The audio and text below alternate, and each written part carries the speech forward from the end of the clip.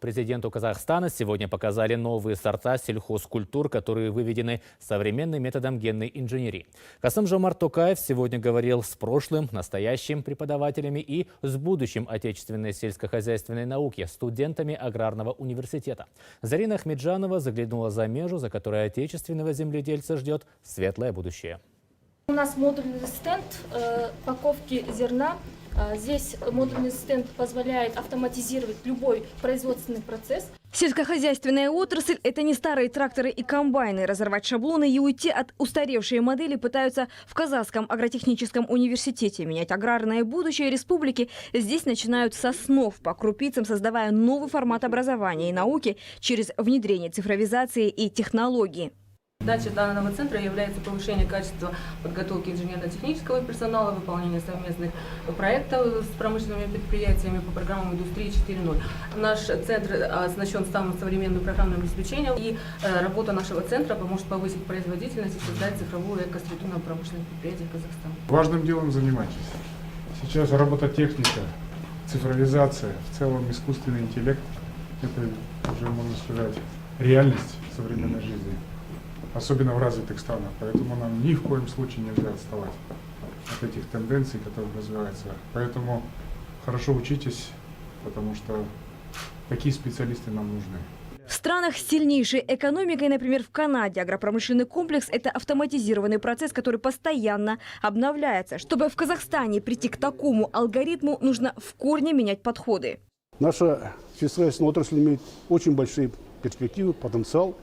Но, к сожалению, не развивается. У нас очень слабая основа сельского хозяйства. У нас не развита аграрная наука и подготовка кадров. Мы со своими партнерами, университетом Калифорнии в Дэвисе, США, и университет Агропаритех, Франции, мы сейчас перестраиваем учебный процесс. Идет кардинальная перестройка учебных программ. И утвердили совместно программу развития нашего университета, дорожную карту на предстоящие 5 лет. Если мы выполним все то, что там определено, то через 5 лет наш диплом будет признан университетом Агропаритех. Это очень серьезный прорыв в аграрном образовании. Аграрные университеты должны быть в первую очередь исследовательскими, с лабораториями, где будут работать ученые, убежден ректор Ахылбек Куришбаев. В ВУЗе понимают тренды и многие годы ищут решения сложных задач. С 2015 года занимаются обработкой космических снимков, как зарубежных, так и отечественных. В результате сегодня удалось выявить неиспользуемые земли, вычислить объемы влаги на полях и мониторить ход посевных и уборочных работ. На сегодня по этим направлениям точность данных составляет уж более 95%, но для того, чтобы достичь до 100% точности, нам необходимо продолжить научно-исследовательские работы для того, чтобы адаптировать эти технологии на каждую природно-климатическую зону. Далее, за счет углубленных научных исследований, мы пытаемся распознавать виды культур. Здесь же за 5 лет ученые вывели устойчивые к засухе сорта пшеницы и ячменя. Так выглядит молекулярная биология и генная инженерия в деле. Совместно с учеными из Австралии проведена большая работа по селекции сельхозкультур. Были созданы два сорта.